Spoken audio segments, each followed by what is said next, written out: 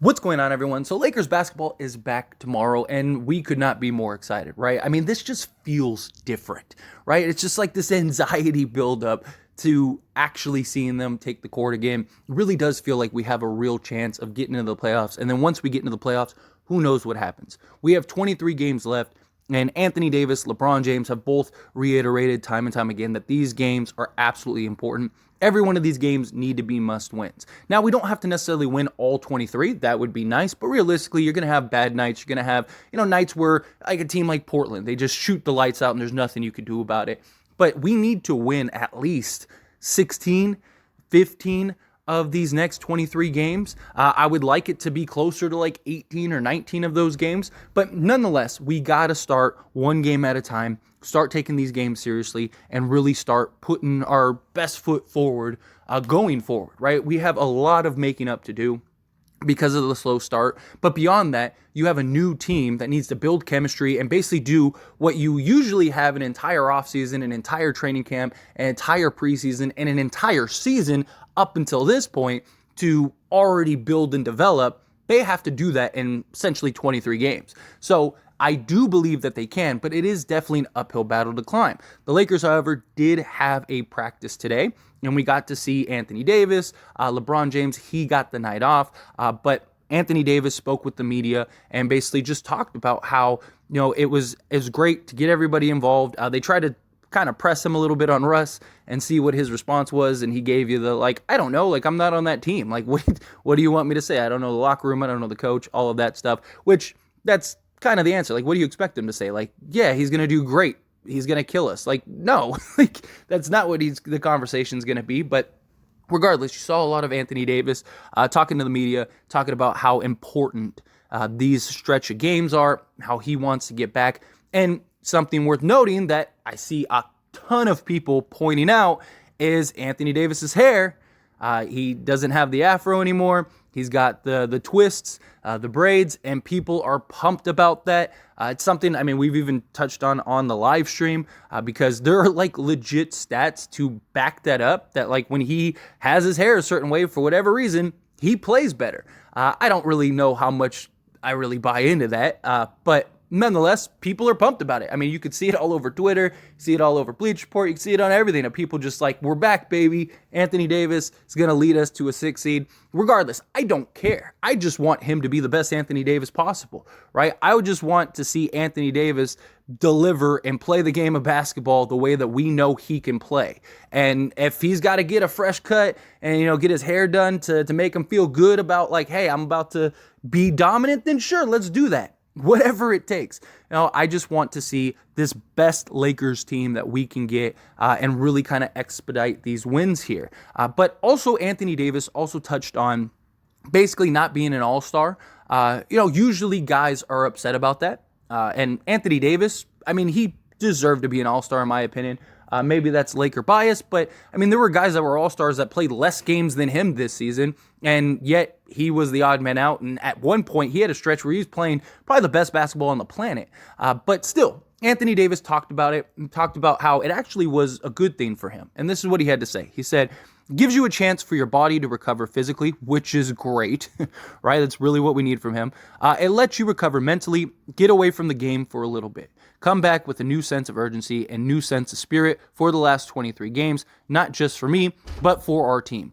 Obviously, with everything going on with our team, you kind of get away from basketball and the organization and everything, and you kind of come back with a reset. I thought we had a great practice today. Guys were eager. Guys were ready. We're ready to go tomorrow. So again, this is what you want to hear. This is what you want to see. LeBron James has talked about how these might be the most important games of his career as far as regular season games go. I understand that argument, right?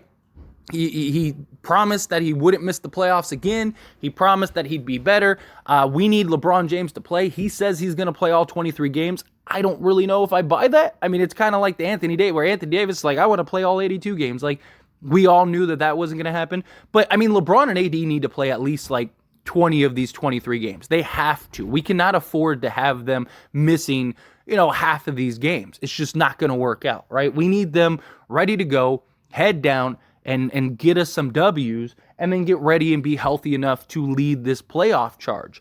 And I really do think if we get into the playoffs, I really think that we have a team talented enough to make a run. I'm not saying that we're going to win the championship or anything like that. I wouldn't be shocked. I say this over and over again. We still have LeBron James and Anthony Davis, right? Like, if we won the championship, I don't think anyone would be surprised. Everyone's excuse would be like, well, you have LeBron, you have Anthony Davis. Why wouldn't you win? Blah, blah, blah, right? Like, people are always going to have their little chirping and stuff, but the reality is we do. And now we actually have a team with depth, with talent, with shooting, with defense, with everything that you need to be successful to win a championship. Now, obviously, there are a ton of factors that go into it.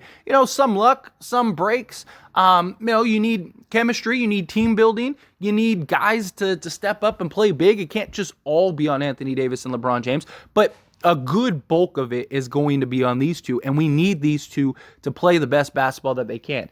I still believe if we make, for whatever reason, if we make the Western Conference Finals, I really think we win the NBA championship. I really do. Because I think LeBron James is going to look at this and go, okay, we have 8. I need to win 8 games. That is it. 8 games, right? And if I can win 8 games, then I win another championship. I may never be in this position again, but I'm going to turn back the clock. This is what I put all the money into my body for. This is what I prepare myself for every year. Let's go. And I think LeBron James turns that clock back at least one more time to go try to rattle off those 8 games. Now, obviously, still need a healthy Anthony Davis or, a resemblance of that. Still need other guys to step up, but I do think you would see just a different level of LeBron James. I think you'd see a LeBron James that just really kicks it up a notch, maybe buys in harder on the defensive end, things like that. LeBron James did get the day off for practice, which I don't think is a big deal. Some people make it out to be a big thing. I don't think it's a big thing. I mean, he's 38 years old, year 20. He knows what it takes. He knows his role. He knows what he's supposed to do. Yes, you want to see him build chemistry with these guys as well, but more importantly, we need him healthy, right? He is a very unselfish player. He's a guy that he's going to fit in. He's going to be fine, right? You need to kind of get everyone else accoladed and basically assimilated to the team and just the plan and the offense and everything that you're going to do, that you're going to run. LeBron, he hurt himself in the All-Star game. According to Coach Ham, according to LeBron, it's not a big deal. He's fine there. The ankle still is a bit of a concern, but he should be fine. We need LeBron James to be LeBron James. We need Anthony Davis to be Anthony Davis. These two take us as far as we can go, right? I mean, seriously, it's on the back of these two guys. Yes, there are teams that are going to be tough. There are teams that you look at and you go, man, like that team is stacked, like the Phoenix Suns, right? But I mean, even then, like all these teams still have holes, still have weaknesses. We still match up well against them all, right? Like, I mean, even the Suns, right? 1, we haven't even seen them play together. 2, the lack of depth is a real concern for them. 3, defense is a real concern for them. And then you match up wise, right? Like you hope LeBron and KD kind of wash each other out, right? And then you have Anthony Davis. I would take Anthony Davis over Devin Booker and Chris Paul. So you got those two. And then, you got, let's say, D'Lo at this point in careers and what we've seen with Chris Paul and his history of just being reliable. And even when he plays in big games, just completely disappearing. I would rather take D'Lo, right? I mean, D'Lo's ability to just score and play make. Yeah, he's not like the point god that Chris Paul is, but he's a guy that can still do a lot of things that you need. And the fit for this Lakers team, I think, is perfect. So, I mean, I like how we match up. I like how we stack up against those guys. But Anthony Davis has to be a monster, right? I mean, LeBron can only do so much. The role guys are only going to be able to do so much. Anthony Davis is our ultimate mismatch because nobody his size can guard him, and everyone too small, he can just get over, right? So no matter how you slice it, he's the guy, right? And don't get me wrong, right? Like, we need other guys to step up. Like, Anthony Davis could give us 50 and 20 a night and we could still lose. But he needs to be that defensive anchor, the guy that is setting the tone defensively. He needs to be the guy that just shows, like, I'm here. I'm Anthony Davis. Like, you're not going, stop. You're not going to stop me. The Joker? Please, let me eat real quick. Give me the ball. Let me show this guy who really is the best center, right? I mean, Anthony Davis, we've seen him play to the level where you're like, that guy might be the best player in the world. We need that, especially come playoff time. Now, I'm not saying he has to score 30 and give us 20 rebounds a game.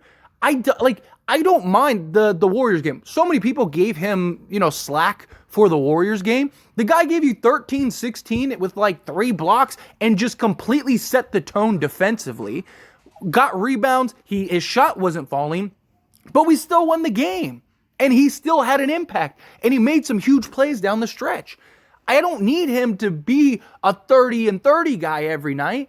I need him to just show on the defensive side, I'm the best defender in the world, and I am this team's anchor, and I can still go get you 20, 25, 30, whatever the team needs. If guys are hot that night, let everyone eat. Let everyone cook. If we're winning, why would you try to sabotage it just to let Anthony Davis eat? Right? If we're killing teams, and we're doing good, and everybody's feasting, and everyone's getting like 15 a game, and we're just dominating, why would you go, okay, well, let's make sure Anthony Davis gets his 40? Like, you see how many times has LeBron gotten 30, 40 points and we lose? Anthony Davis has gotten 30, 40 points and we lose, right? I don't care about Anthony Davis's stats. I care about him dominating the defensive floor, gobbling up those rebounds and protecting the paint, because that's also part of the defense, getting rebounds, which we are one of the best defensive rebounding teams in the league, right? And just being the guy that we know when he does and has his moments in spots, be that dominant, right? Like, I need to see him. If he takes 10 shots, I need 7 of those 10 shots to fall in, and he shows, okay, like, hey, yeah, he only had, 16 points. We beat this team by 20, but in the moments that he was offensively, he was dominant. He was great on the defensive end. Yes, if he can give us 30 and we win, great. But I don't care about the stats more so than winning. Before, we needed Anthony Davis to give us 30 a night because we didn't have the team to do so. We don't have that problem anymore. If D'Lo is hot and he's killing and he's like 7 of 8 from 3, why would you take the ball out of his hands? Let the kid cook. Let him go to work. Let him put the ball in the hoop. Right? Like, so what? You're gonna stop that to force feed Anthony Davis? No. Let the other team figure it out. And then if they figure out how to slow down D'Lo, well, guess what? Guess who's here? Anthony Davis. He's a defensive monster. Or if LeBron's having one of those just insane games where you're just like, dude, this guy's incredible. Why would you then try to take the ball out of his? Let him go to work. Play within the scope of the team. Play within the scope of the offense. Whatever Anthony Davis needs to do, he needs to do. And Anthony Davis has talked about that and touched on that. So many people are just so focused on the stats. Again, I don't care about the stats. I want to win the games. Again, Anthony Davis has put up 35 and 18 games, and we lost those games. I would rather him put up, like, if 20 and 15 is what we need the rest of the way to go 23-0, I would rather him have 20 and 15. Like, then people be like, oh, well, he should have had 30. Like, no, we're winning. Who cares? No, how do we know the difference if those extra shots what if he missed those and that was the difference of us winning the game, right? Like, there's so many factors that go into it. Anthony Davis can be dominant without having to score 40 a night.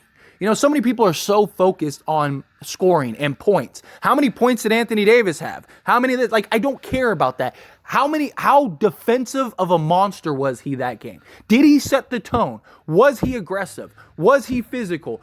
Did he prevent the other team from doing what they need to do? If he did, that's all I care about. He's going to get his points. He's going to get you, 15, 20. He's going to have games where he scores 30. But my point is, I don't need necessarily Anthony Davis to give us 30, 40 every single night if it jeopardizes the rest of the offense and the rest of the flow. We've seen so many times this year where they're trying to force feed Anthony Davis and we're just starting to get blown out because it's just bad passes and turnovers or forced shots or, long shot clock violations.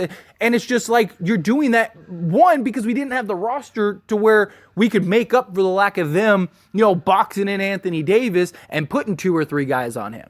Right? So now we have that roster. So if they do that and they go, well, we're going to try to stop Anthony Davis, we want everyone else to beat us, then let everyone else beat you. Why would you keep trying to force it to Anthony Davis? That's my point. But anyway, as always, this is a discussion, so I pass the question on you. Let me know your thoughts and opinions down in the comments section below. What do you think? Are you excited? Can't wait till tomorrow. Tomorrow we'll start diving into like my thoughts of of just like the stretch of games and stuff like that. I just wanted to talk about this, the practice and all that stuff, and then the Anthony Davis news because people are really hyped about it. So anyway, again, love to hear your thoughts and opinions. Let me know down in the comments below.